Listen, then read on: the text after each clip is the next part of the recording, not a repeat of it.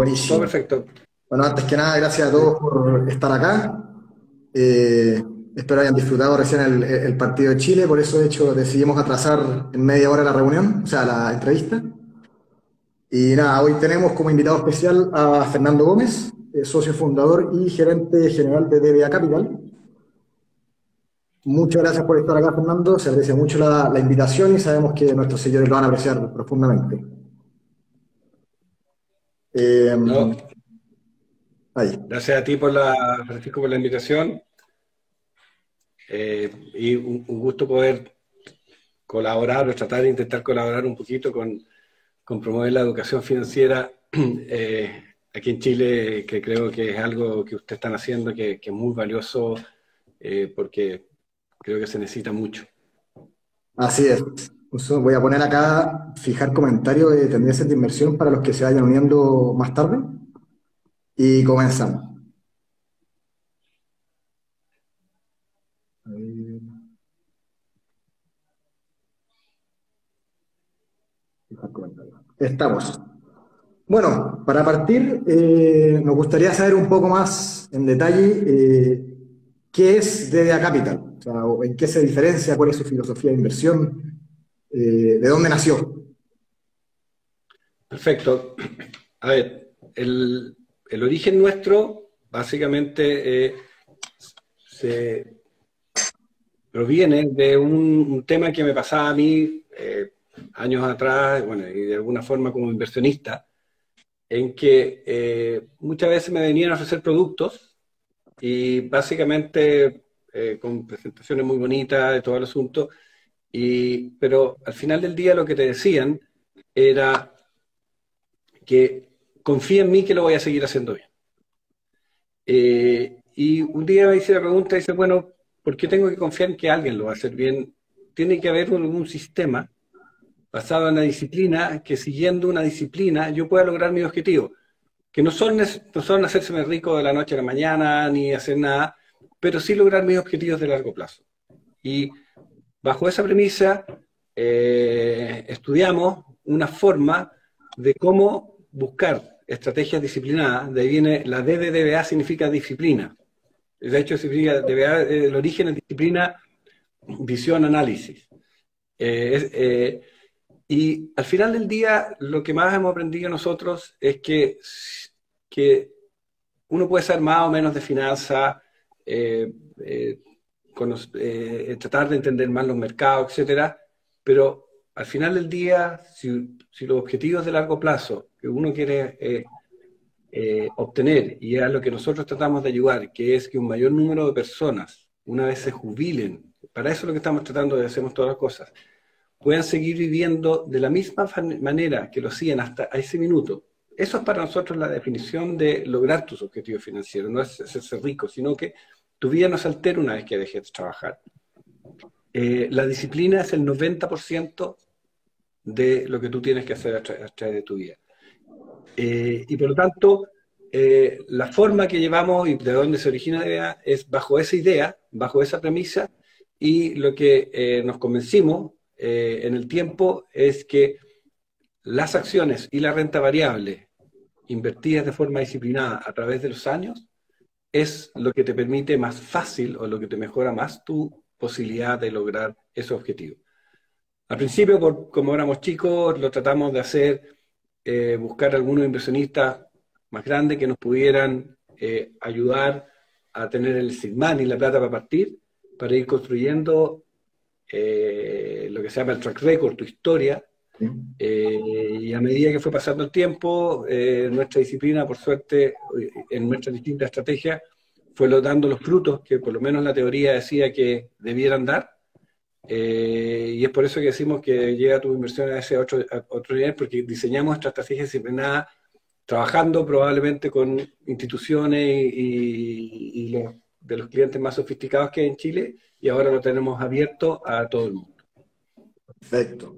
Ahí para concretizarlo un poco más, Fernando, cuando uno habla de disciplina en las inversiones, eh, ¿qué se podría entender quizás más concreto? O sea, desde Chile se educa, por ejemplo, algo que intentamos promover es la inversión constante, ¿no? Intentar no tener lagunas, invertir quizás montos que no pueda mantener en el tiempo. No sé si hay algo más dentro del concepto de disciplina dentro de inversión que podría opinar.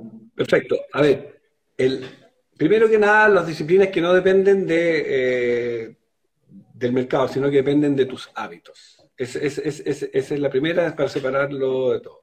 Y tú ya mencionaste uno, invertir todos los meses, no tener lagunas, ¿no es cierto? Partir lo antes posible, eh, y muy importante calibrar cada uno, sobre todo en un mes como el que acabamos de cerrar, la tolerancia al riesgo que tengo para efectivamente conocer cuándo vienen las caídas y no asustarme y seguir con mi forma de actuar. Ahora, del lado nuestro, eh, que es como eso, porque lo que te dije al final del día es totalmente conductual de cada uno, es como yo tengo mi hábito, ¿no es cierto? Es, primero, tengo que gastar menos de lo que gano, si no, no tengo ahorro y si no tengo ahorro no puedo invertir. Segundo, esos ahorros, invertir todos los meses en algo que pueda tener rentabilidad en el tiempo para que se pueda ¿cómo se llama? Componer a través de no tener lagunas, ¿no es cierto? Y ojalá partir lo antes posible para que le des el mayor tiempo posible para que esa exposición se ocurra. Por el lado nuestro, o por el lado de un inversionista, ¿qué significa eso? En el caso nuestro significa una cosa muy importante. No, primero, no creemos, o al menos no tenemos la capacidad, ni conocemos realmente a nadie que la tenga, de hacer market timing. ¿Qué significa tratar de predecir que los mercados van a subir o van a bajar? Nosotros no lo sabemos, no lo intentamos, ni lo tratamos de decir. Por lo tanto, ¿qué es lo que hacemos? La academia, a través de los años, ha estudiado que si tú estructuras un portfolio basado en ciertos, lo que llaman factores básicos, que son compañías que tienen buenas ventajas competitivas y que son defendibles en el tiempo, que ganan plata, ¿cómo se llama? O han demostrado ganar plata. Eso no significa que una compañía nueva no vaya en algún minuto a ganar plata y obviamente si yo soy capaz de identificar ellas es probablemente la mejor inversión. Lo que pasa es que por cada tal vez Tesla o Amazon de este mundo hay 90 que quedan en el camino, como sé a priori cuáles son esas. ¿Ya? Eso número dos. Que generalmente tengan políticas de dividendo más o menos estables, que no paguen precios muy altos para las tasas de crecimiento que sean. Que hagas rebalanceos periódicos cuando se te producen desequilibrio en el mercado. O sea, por ejemplo, si tú tienes una inversión que te va muy bien, no sobreentusiasmarse por eso. Algo de momentum hay, pero los estudios te muestran que escasamente dura más de 3 años en la gran mayoría de los casos. Por lo tanto, los rebalanceos, esta reversión a la media son sanas hacerlas.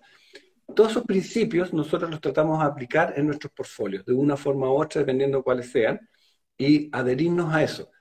¿Qué es lo importante? ¿Qué es lo importante de eso? Es que esas reglas nos controlan nuestras emociones que todos tenemos a la hora del mercado. Si imagínense la situación que nos produce. Nosotros en la compañía, por ejemplo, analizamos una compañía, por inventar Visa, o Microsoft, o Google, la que sea. Muchas veces las visitamos en Estados Unidos, estamos con ellos, hablamos con los allá, las encontramos tremendas compañías. Al cabo de un rato, tú decís, esta compañía no va a fallar nunca. Pero eso no es cierto. Las compañías tienen ciclo, pueden estar sobrevaloradas, etcétera. Y al final del día, las reglas lo que hacen es que saquemos nuestras emociones del tema de inversión y nos ciñamos a eso. De hecho, una regla que a nosotros nos sirve mucho en la oficina es que tenemos un grupo de Slack, los que manejamos los distintos portfolios, y cuando se da alguna regla que se cumple, ya sea porque tenemos que comprar, tenemos que vender, pasamos lo que sea, el que está a cargo de dar las alertas dice, pasó esto. Y generalmente todos decimos, ya, ok, vende, ya, ok, compra, ya, ok, lo que la regla dice. Pero ¿cuál es la virtud de esa regla? Que si te la quieres saltar, tienes 3, 4, 5 ojos mirando que te tienen que explicar por qué. Incluso yo, que tal vez soy el fundador de la compañía, yo tengo 4 de las personas de la oficina decir, Fernando, pero ¿por qué nos vamos a saltar la regla? Y eso hace el solo hecho que tengas que explicar por qué tienes esa la regla. O tienes una razón muy poderosa, O lo que ocurre es que prácticamente nunca nos saltamos una regla. Te obliga a racionalizarlo al final y a limitar un poco los sesgos de cada uno. Exacto. Todos creemos que somos mejores de lo que somos, todos nos enamoramos de alguna acción o le tomamos mal a otra, y al final del día, un buen negocio no es necesariamente una buena inversión, porque puede estar sobrevalorado en algún minuto en el tiempo, y tienes que saber eso. Totalmente. Sí, en las inversiones más que nada pasa eso. O sea, eh, hay una frase que leí hace poco que era, cuando uno ve un gráfico hacia atrás, se da cuenta que todas las caídas eran oportunidades de inversión, pero en el minuto que no las vi, es puro riesgo. Y al final ahí te entra un poco como los sesgos de cada uno. Entonces, cuando uno tiene un equipo Absolutamente. establecido, no todas las malas decisiones de quizás sacarlo en esos momentos que en verdad es más la emoción que la racionalidad. Absolutamente, pero piensa una cosa, con tu frase que la encuentro buenísima. Imagina lo pasó en enero, o por lo menos en enero hasta los últimos 2 días, que evidentemente hubo un rebote importante.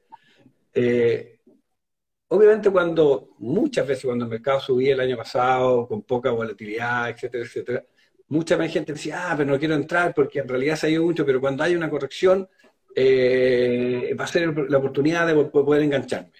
Sí, Pasa lo de enero, el mercado cae, dependiendo del mercado, 7, 8%, las tecnológicas 12, 13% o 14% en algún minuto antes de rebotar. Y lo único que me pregunta es momento de vender, porque sí. obviamente te baja el pánico. Tanto con úlceras. Es obvio. Entonces, al final del día, si no tienes reglas predeterminadas de antes, eh, nosotros lo que decimos, mira, nosotros no sabemos para dónde va a ir el mercado, pero sí tenemos reglas para actuar dependiendo de qué es lo que está haciendo el mercado. Y seguimos esas reglas. Y al final del día, nuestros portfolios aspiran a ciertas cosas y lo que nosotros decimos, no te prometemos retorno, no te prometemos nada muy espectacular. Lo que sí te prometemos son dos cosas. Disciplina. A, que nuestros portfolios están construidos de una forma que creemos que el riesgo de retorno está bien diseñado. Y B, que vamos a cumplir las reglas a rajatabla. Perfecto, buenísimo. Y algunos serán de tendencia, otros serán de diversificación core, lo que sea, pero sí que nosotros, y eso lo podemos decir, vamos, porque yo voy a hacer esto. Y la gente puede coincidir o no coincidir con nosotros, si le gusta nuestra regla o no, le gustan nuestras temáticas o no, pero eso es lo que hacemos. Buenísimo. Oye, acá sabemos que no existe la bola mágica, pero desde DBA, ¿cómo ven ustedes el panorama económico para este año? Y en esa misma línea, ¿qué consejo le podrían dar a inversionistas que están pensando en meterse o que se metieron hace poco y probablemente ahora están, pero así, llorando con la corrección? Bueno, a ver, primero la segunda parte que creo que es más fácil. Al final del día, si uno es un inversionista que lo que quiere es tratar de ir armando un colchón, especialmente para cuando deje de trabajar, uno que no preste atención mayormente a estas correcciones o que las mire como unas oportunidades. Nosotros hemos hecho diversos ejercicios a través del tiempo en que hacemos uno que es muy bonito, que es pescamos toda la historia, por ejemplo, del S&P de los últimos 50 años o 40 años, si tú quieres, ya para poner o 40 años cualquiera para poner un contexto de una persona que parte trabajando a los 25 y jubila a los 65. Y imaginamos una de ellas que invierte todos los primeros días de cada año hábil. O sea, para hacerlo fácil, el 1 de enero es feriado, el 2 de enero. Todos los 2 de enero invierte. Por ejemplo, $1.000. ¿Ya? Podéis poner el número que sea porque da lo mismo. ¿Ya? Y otra persona, que le decimos en el caso de nosotros María Perfect Timing, o sea, que tiene timing perfecto, invierte en aquel minuto del año en que el índice está lo más bajo. O sea, si un año que solo sube será el 2 de enero, pero si un año que baja y después sube será ese ahí, si un año... Pero invierte en el mejor minuto que puedas del año. Tú sabes que al cabo de 40 años, ser timing perfecto, contra hacerlo el 2 de enero, la diferencia es 10% en la plata que acumulas. 10%. Esa es toda la diferencia de lograr hacer algo que es imposible Sí, contra solo la disciplina. Por lo tanto, volviendo a la segunda parte de tu pregunta, es cierto que estos son ruidos que nos angustian y por eso necesitamos controlar nuestro quehacer de alguna forma. Es cierto que el mercado puede caer mucho más de lo que ha caído, 10-12% más, perfecto. Yo no veo muchas razones por qué podría hacerlo, catalizador es evidente, pero puede hacerlo. O sea, no, eso son dos cosas distintas. Pero la realidad es que la volatilidad del mercado accionario de renta variable global es en torno a una pendiente ascendente, que si lo miráis, Estados Unidos tienen un número cercano al 10% nominal, y las acciones globales son un poco menos volátiles, son más diversificadas, ese número cercano al 8,5, 8,75. Y eso, en un mundo de inflación normal, no la que estamos viviendo ahora, que tú podías esperar que sea entre el orden del 2 por 3, te deja entre 5 a 6% nominal, que compuesto, pero real, que compuesto en el tiempo es probablemente más de lo que mucha gente se imagina que puede lograr a través del tiempo. Por lo tanto, el consejo es, hagan abstracción de esto, miren largo plazo, inviertan sistemáticamente, ojalá todos los meses, en algún activo diversificado, en un grupo de activos diversificados de renta variable y salgan adelante. La primera parte es más difícil de tu pregunta, el entorno económico. El entorno económico hoy día está desafiante. Si tú lo miras, realmente por tres razones tú las podrías agrupar. Pero todo es difícil sintetizar en pocas cosas, pero por tres razones fundamentalmente. Uno, y no necesariamente la importancia, es el tema de la inflación, qué motiva la inflación y cómo los bancos centrales están reaccionando a ello. Que a mi juicio es lejos la más importante de lo que ha ocurrido para la caída que hemos visto en enero. Segundo, es algunos desequilibrios que existen en China y la desaceleración de China y China como motor de crecimiento del mundo y particularmente los países emergentes. Y tercero, tal vez la más impactante que podría llegar a ser desde el punto de vista periodístico y humano, que es el conflicto de Ucrania, que podría escalar evidentemente a una guerra, yo creo que todavía circunscrita a lo que es Ucrania, porque es muy impactante ver una movilización de tropas que no se habían visto en Europa desde probablemente la Guerra Mundial, la Segunda Guerra Mundial, apuntando a un país. Pero la realidad es que económicamente, directo, ese conflicto, si tú lo miras, es más bien pequeño. O sea, si tú pensás, Ucrania es el 0,18% del PIB del mundo. Rusia, que es un país, obviamente que nos lo encontramos gigante y obviamente su extensión de terreno lo es el 1,75% del PIB del mundo. Por lo tanto, y eso es lo que representan en las acciones globales aún menos. El problema que tiene, obviamente, se escala a Europa, cosa que debería ser igual mucho más lejano. No es, estamos hablando de otra cosa, pero si se excluye a ellos, por el PIB de ellos, esta cosa es insignificante.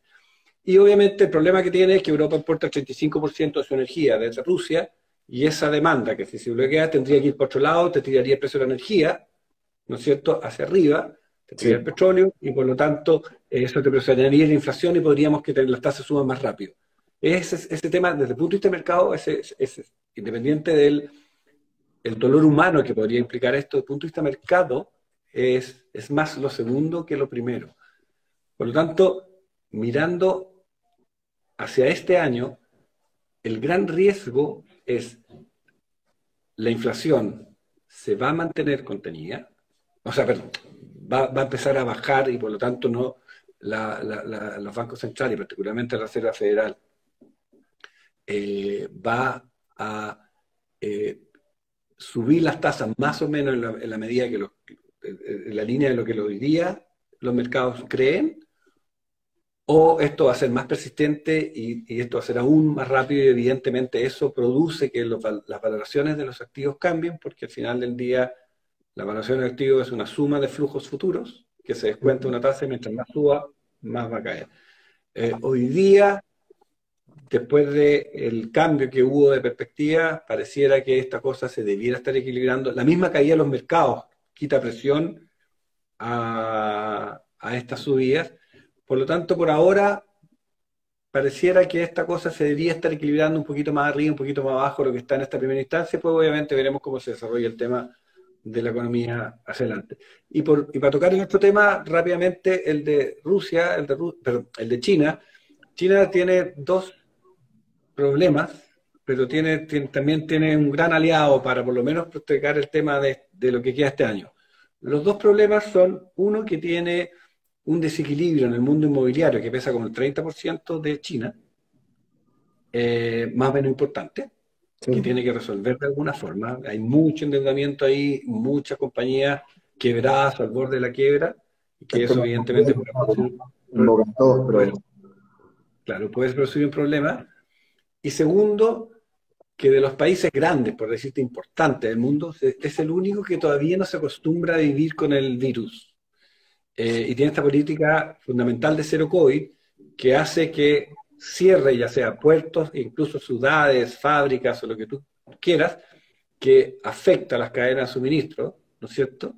Y al afectar las cadenas de suministro, traba el comercio y tira la inflación para arriba. ¿Cuál es tu aliado de esto?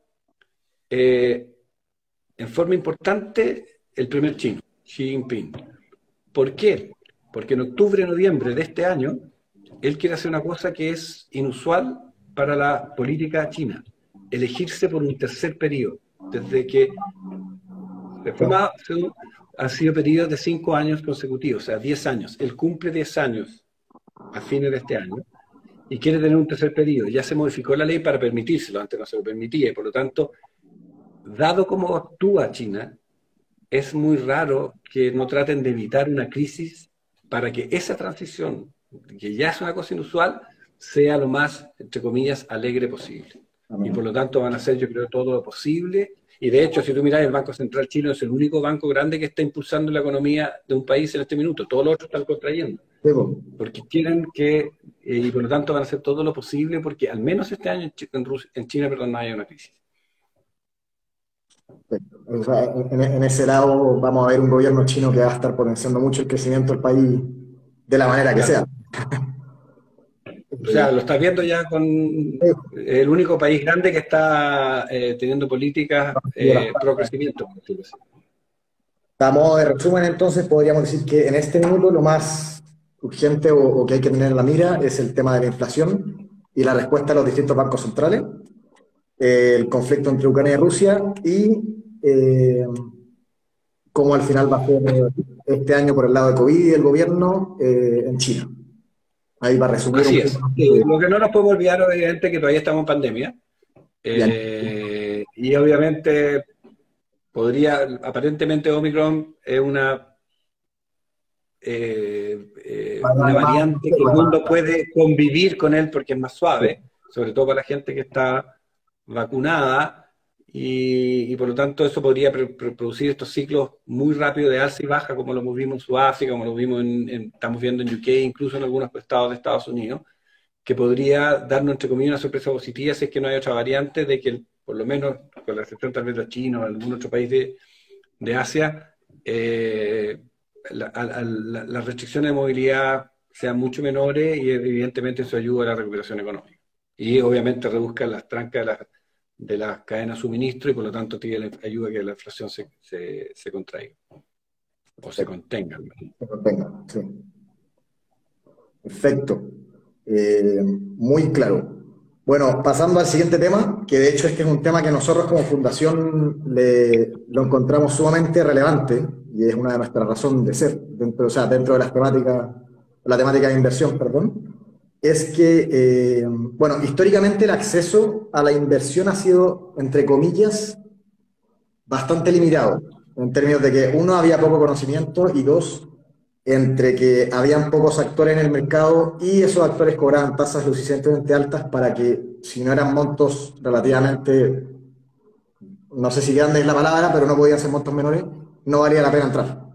Hoy en día, tanto el interés ha aumentado como han aumentado mucho los agentes en el mercado que han permitido entrar de manera mucho más fácil, simple y con menores montos, como por ejemplo DBA que ofrece desde 1.000 pesos. Así En es. esta línea, bueno, encontramos que tiene muchos aspectos positivos, mayor accesibilidad, etcétera, pero encontramos que si no se complementa con educación financiera puede llevar a muchos problemas.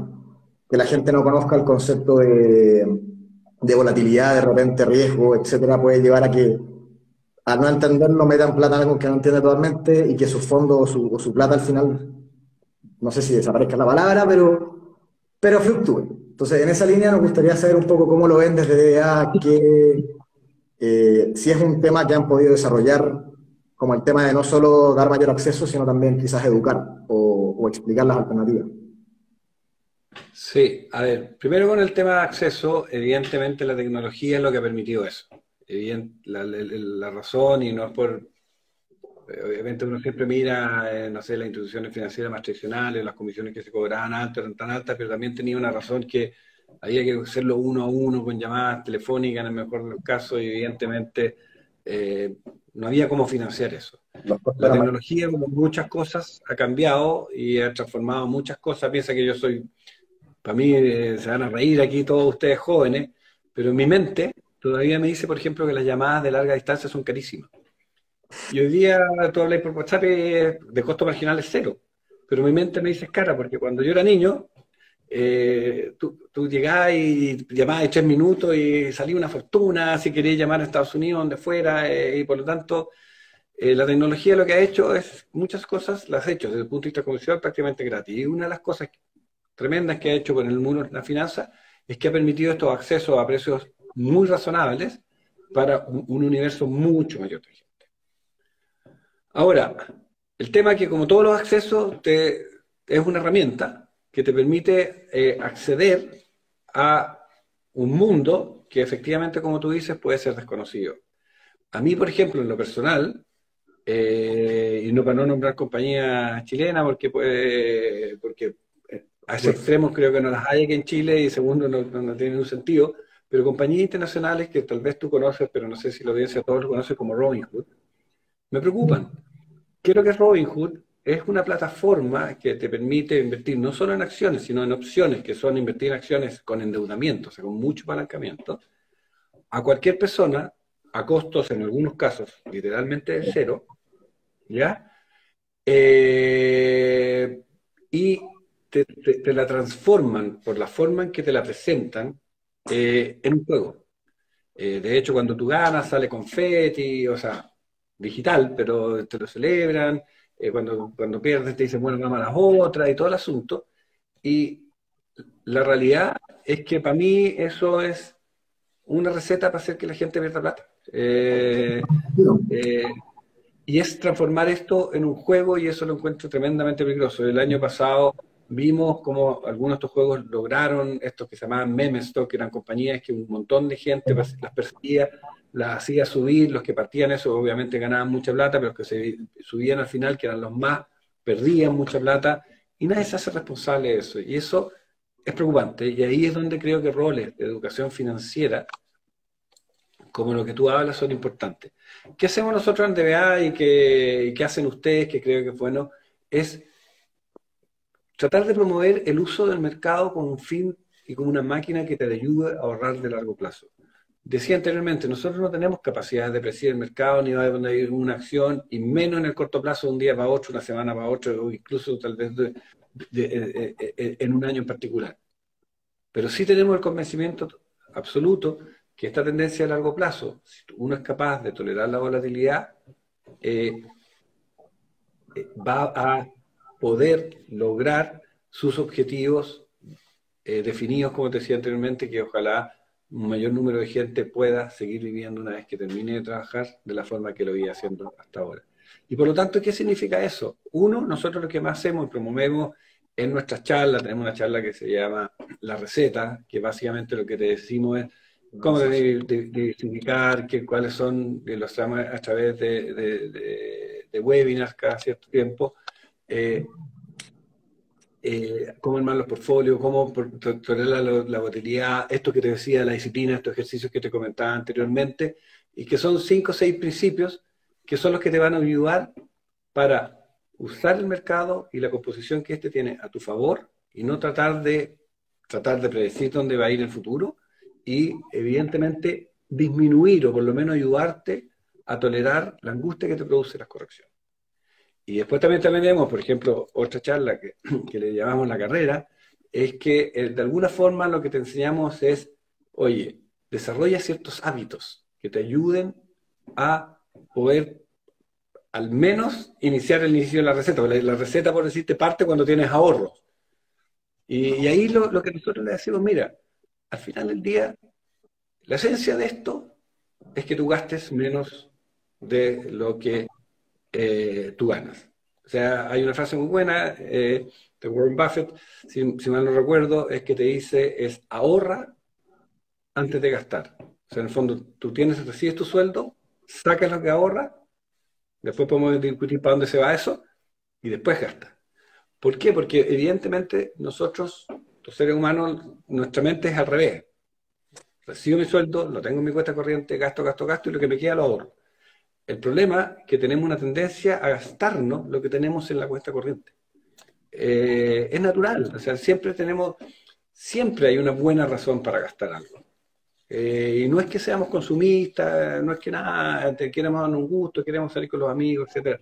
Entonces nosotros lo que tratamos de hacer eso es, así como armar tu portfolio, tu disciplina de inversión, también es tremendamente útil, desarrollar tus hábitos de cómo lograr poder hacer eso. Y eso se decía, uno, ahorrar antes de gastar.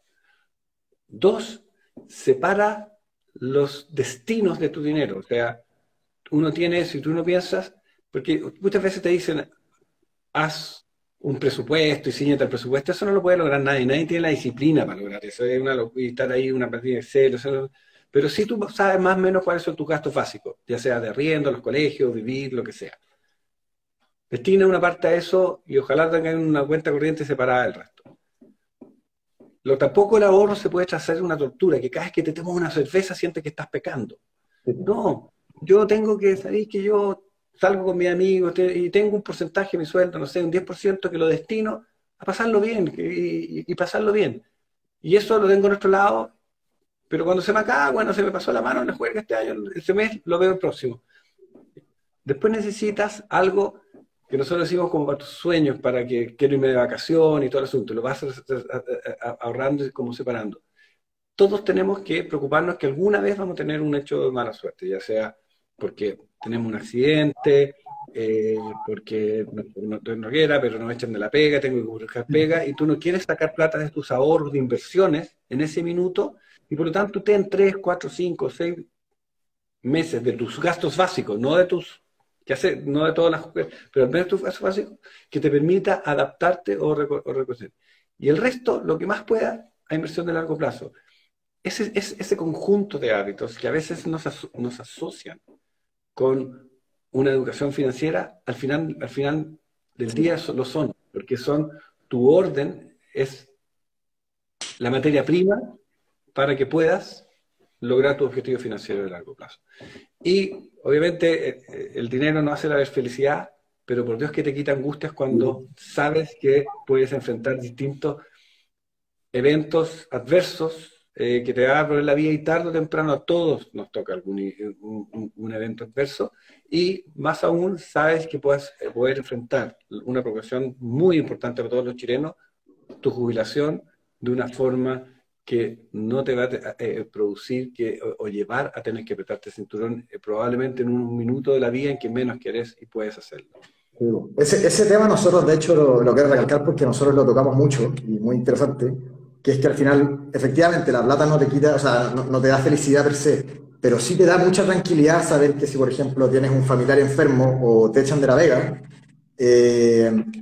la parte financiera no va a ser una preocupación extra que se sume al problema. O sea, vas a poder enfocarte en solucionar el problema y no empezar a pensar en de dónde voy a sacar la plata. Entonces, Ese es un tema que nosotros queremos educar mucho, porque mucha gente ve la plata, las finanzas como algo muy lejano, como algo áspero, difícil de entender, aburrido, pero hay maneras de simplificarlo mucho, como los hábitos que tú me hablabas, etcétera, y da muchos beneficios. Oye, y hay una cosa que es súper importante.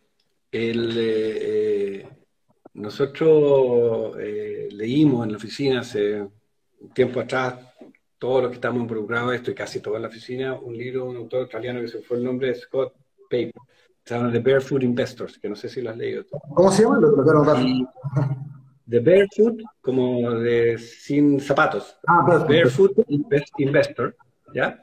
Es un ¿Ya? tremendo libro para ordenarte la vida y está muy orientado a las parejas, ¿ya? Y una de las cosas que él dice y incentiva es que todas las parejas tengan un date, o sea, una cita, ya ¿Ya? sea y ahí está hablando de mucha gente casada o que viven juntos, o sea, no es que sea con otro, para que hablen de sus finanzas. Y, y lo interesante de eso, más allá de cómo la pareja ordena sus finanzas, ¿ya? Es que eso parte de una observación que él hace en Australia, y que obviamente yo no he hecho una estadística acá, pero sí pregúntale tú a tus amigos casados o amigos que viven con sus parejas, conviven, ¿cuántas veces ellos hablan realmente de sus finanzas? Y te vas a sorprender, hay muy pocas parejas que lo hacen, muy pocas. Y eso, ese hábito que él transmite de alguna forma en el libro y que yo lo he ido tratando de transmitir a la gente cercana a través de la oficina, es muy, muy relevante. Tú sabes que las parejas que duran y perduran en el tiempo casadas tienen algo así como un 75% más de ahorros que las que no. Eh, y si hablan es mucho más porque se ponen objetivos comunes. Pasa lo mismo que nosotros hacemos en DBA, que tenemos ciertas disciplinas que las ponemos en el caso de nuestro sitio de Slack para que entre nosotros nos controlemos. Cuando ponen objetivos comunes, ellos mismos se van ayudando, se van cooperando, se van ordenando. Y el libro, bueno, tiene montones de temas muy útiles desde el punto de vista financiero, de cómo ordenar tu vida y tus hábitos financieros. Pero un consejo a todos ustedes que nos escuchan, que viven en pareja, es conversen, porque muchas parejas no lo hacen porque creen que es feo, que no es debido, que lo que sea, pero el solo hecho de hablarlo muchas veces quita angustia, ordena, y al final, y al final del día, como todas las cosas, entre dos muchas veces se buscan soluciones que de otra forma a veces no se encuentran cuando nos cerramos en nuestros problemas. ¿Ya? No, te estoy sonriendo porque me gustó mucho, lo encontré muy interesante.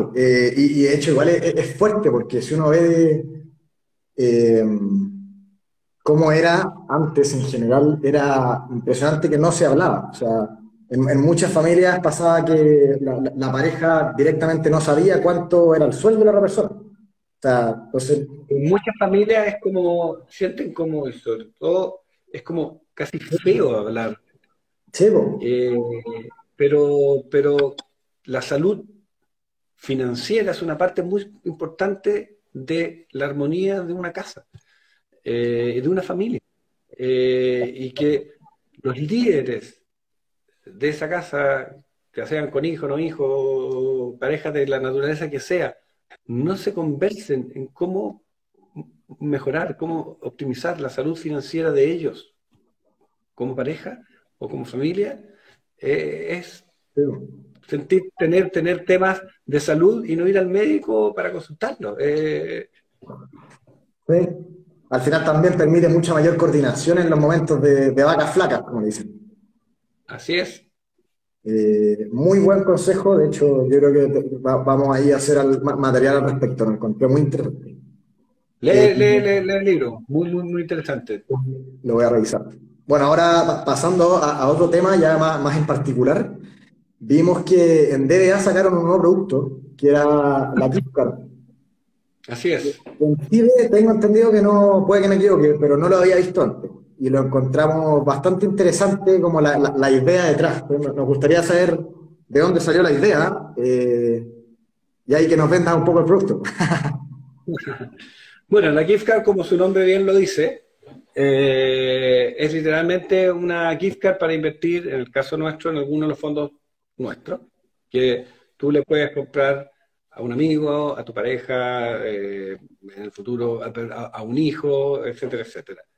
Y la idea, bueno, con muchas cosas ocurre medio por casualidades, pero lo que queríamos es decir cómo nosotros podemos hacer que alguien le ayude y le regale y empuje a otra persona a desarrollar hábitos de inversiones. Porque una cosa es que yo te diga, oye, sabéis que haz esto, sobre todo, por ejemplo, un padre o un hijo. Pero dice, mira, aquí hay, y te lo pongo, y es distinto a que te digo, aquí plata y aquí abre una cuenta, o etcétera. Aquí te dan una gift card que dice, por ejemplo, invertí en Silicon Fund, que es uno de los fondos nuestros, y te lo pasas y después obviamente la activas y tu inversión se va al fondo que corresponde. Pero al final del día, lo que nosotros queríamos y de la forma que lo promovemos es regala algo que crece en el tiempo. Al final del día, lo que nosotros les decimos es, mira, da un regalo que con el tiempo va a florecer, Ya. va a crecer. Y implícitamente que también queremos que ese mensaje de alguna forma a la persona contactarse ya con nosotros y cada persona que entra que a nosotros quedan todas nuestras mails de nuestros newsletters que tratan de educar financieramente, pueda, ojalá joven, empezar a desarrollar a través de este impulso que una persona le regala a otro, el hábito de ahorro como dice, para que sus ahorros crezcan en el tiempo. Y después, obviamente, tuvimos que ir a la legislación chilena, a ver todo lo que podía hacerse, todo el asunto, porque efectivamente, gift card hemos visto de las casas comerciales por todos lados, pero efectivamente el mundo financiero no la sabía. Y bueno, al final del día pudimos sortear todos los temas legislativos locales para que eso fuera una realidad, y la realidad es que ha tenido muy buena recepción. Y lo interesante es que hemos visto que, y tal vez de alguna forma era intuible, que y que es una cosa que nos tiene bien alegre, que uno de los mayores destinos a los cuales se han ido las gift cards es padres regalándoselos a sus hijos. Y la gracia es que los hijos son jóvenes, tienen más tiempo y vemos cómo familias están de alguna forma plantando esas semillitas para que esas personas evidentemente ojalá desarrollen los hábitos de inversión y ahorro de muy jóvenes porque les va a ayudar mucho en el tiempo. Muy buen producto. Me gustó esa frase también, que es un regalo que sigue dando. Que crece en el tiempo. Crece en el tiempo, al final. Sí, muy bueno. Muy claro. De hecho, me gustó harto el concepto, eso también de que se compartan la familia. Yo he escuchado de repente amigos que de chicos papás le creaban fondo, esto de cierta manera casi que lo simplifican. Una lista Claro, lo que aquí queda es que queda tu nombre, o sea, queda el nombre de la persona que recibe la gift card. ¿se puede para menores de 18 años? ¿O ¿Perdón? se puede para menores de 18 años? La gift card en este minuto, tal cual las tenemos, ¿Ya? y directas por suscripción, en forma automática, por decirlo así, no, porque para que los niños menores de 18 años tienen que firmar los tutores, que son los padres, ¿ya? Sin embargo, y aquí va la buena noticia, nosotros reconocemos eso y a todos aquellos que han comprado gift card que se los quieren hacer, terminar de regalar a niños de menores de 18 años, lo que les decimos, contáctenos y nosotros les ayudamos a abrir la cuenta, que es un proceso un poquito más tedioso porque, como digo, tienen que firmar los tutores. Eh, pero sí las hemos abierto y de hecho le hemos abierto cuentas a varios niños menores de 18 años gracias a esto, y eso también nos tiene muy contentos porque evidentemente ellos tienen más tiempo y les da esta disciplina desde más chicos. Por lo tanto, sí se puede, nos tienen que contar directamente porque automáticamente por el tema de los tutores Más complicado. no se puede hacer directamente, pero nosotros se lo hacemos, obviamente no tienen que ir a la oficina, se lo hacemos por mail y todo el asunto, pero un proceso que toma un poquito más para que los padres o los tutores, cual sea el caso, firmen hasta que el niño tenga 18 años. Buenísimo. Ahí ya tienen regalo de cumpleaños a todos los que están escuchando que tengan hijos chicos. Muy buen producto. Felicitaciones por la idea. Personalmente me gustó mucho. Eh, Eso básicamente, de hecho, acá con esto ya cerramos un poco la inversión, pudimos tocar los temas que más nos interesan, que son panorama económico, consejos para invertir y el nuevo producto de gift card para motivar de repente a familiares y cercanos a invertir también. No sé si Sí. tienes algún otro comentario o algo, si no, muchas gracias, muy buena entrevista y espero se repita en el futuro. No, feliz de acompañarlo, feliz de poder cooperar en diseminar la educación financiera. Para nosotros es, como digo, una motivación muy importante. Es cosa de las estadísticas y los números de la necesidad que hay en el país de educación financiera. Basta ver las pensiones y todas las discusiones que tenemos asociadas al mismo tema. De hecho, una cosa que yo le digo a mucha gente ¿Ya? es, yo no tengo idea cuál va a ser el sistema de pensiones que tengamos aquí en el futuro. Puede ser uno o otro, evidentemente se está discutiendo por todas partes, pero nada de eso impide que cada uno de nosotros se ayude en el interín, porque lo que peor no puede pasar es que lleguemos a los 60, 65 años y los políticos todavía sigan discutiendo cuál es el sistema de pensiones. Y si lo tienen resuelto, el tener un poco más de dinero no le va a perjudicar a nadie. Por lo tanto,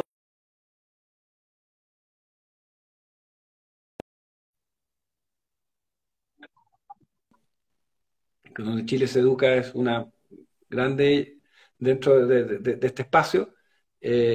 Partan lo antes posible, mantengan la disciplina. Tenemos un book club en la oficina interno.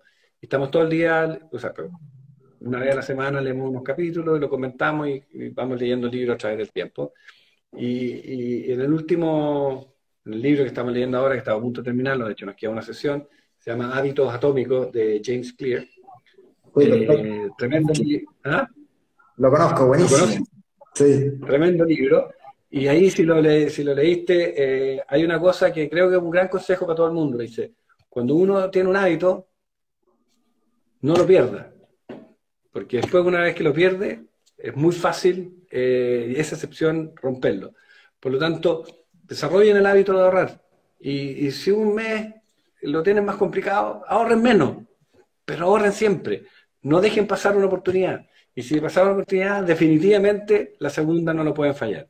Eh, Poco a poco la mente después te acostumbra a que eso es lo que tienes que hacer.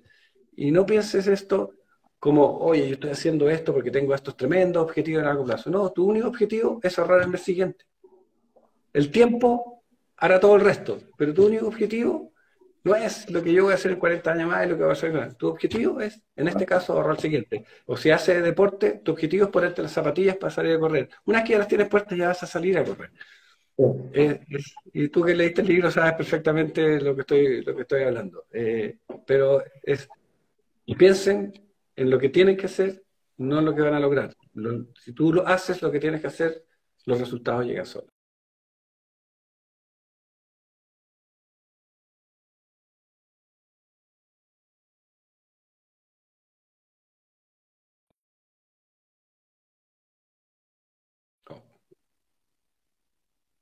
Ahí estamos. Como no sé si he pegado yo o tú. No, da lo mismo, ahí ya estamos. Ahí estamos. Último consejo para terminar, el hábito de invertir. Eso, Fernando, muchas gracias de nuevo por la invitación, o sea, por haber venido y haber venido. Muy buenos No, consejos. gracias a ti. Un gusto. Igual, Pam. Muchas gracias por la invitación y sigan haciendo esto que es un gran trabajo para todos. Muchas gracias. Chao, suerte. Suerte.